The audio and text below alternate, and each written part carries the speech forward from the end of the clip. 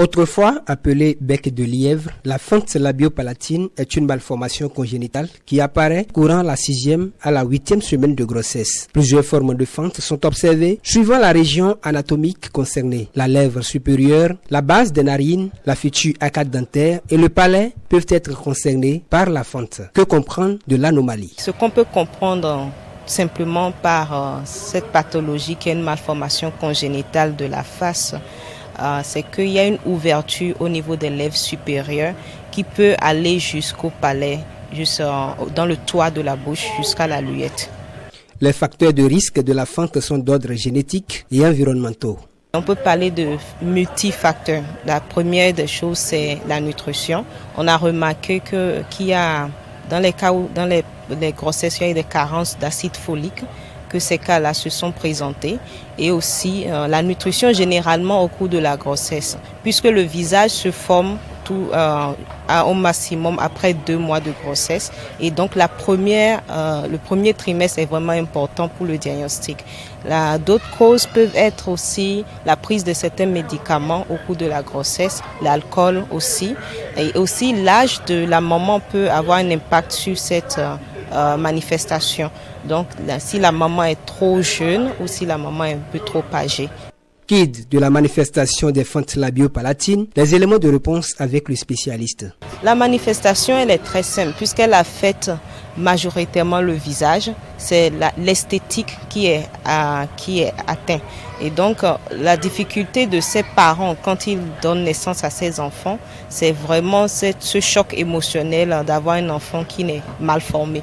Et donc, c'est la première réaction des parents, c'est de se distancer de l'enfant, ou la maman qui est obligée de prendre cette stigmatisation des parents autour d'elle. Donc la première des choses qu'on remarque à la naissance, c'est sur le visage, sur les lèvres, c'est qu'il y a une ouverture au niveau des lèvres ou du palais. Une naissance sur 800 est atteinte de l'incidence dans le monde selon les statistiques de l'Agence française de l'adoption. Dans certains pays, la fente est même considérée comme une punition divine ou marque du diable, surtout lorsqu'elle touche l'enfant d'une jeune femme célibataire. Une connotation parfois à l'origine de la décision de le confier en vue d'adoption. Comment la pathologie est prise en charge au Bénin en vue de faire barrière aux stigmates. La prise en charge au niveau de l'organisation Smile Train, c'est une prise en charge complète. Pour nous, puisque cette malformation n'affecte pas seulement l'esthétique, mais aussi la parole, l'audition, la nutrition et bien sûr sur le plan psychosocial,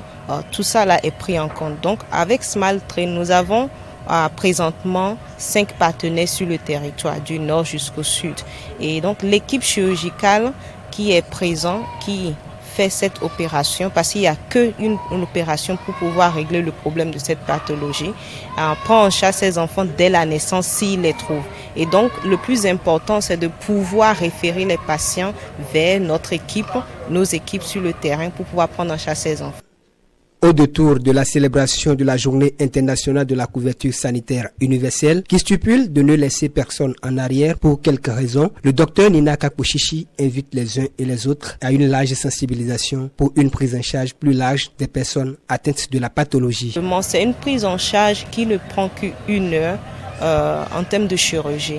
Et donc vous voyez une personne qui garde cette stigmatisation pendant toute sa vie, ou un enfant qui vient de naître, qui ne peut pas aller à l'école à cause de cette maladie.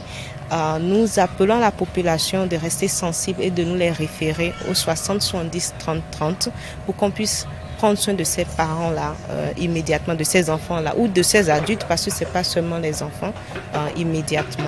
Quoi qu'il en soit, il faut garder en tête que les personnes porteuses de fentes ne posent généralement pas plus de problèmes que celles indemnes de cette malformation. Malgré l'indisponibilité des statistiques sur les fentes, il est important de signaler que 197 cas de la maladie sont déjà traités et guéris gratuitement au Bénin de 2018 à 2021. Il faut donc que ceux qui souffrent de cette malformation sortent de leur cachette afin de se faire soigner, car la prise en charge est gratuite.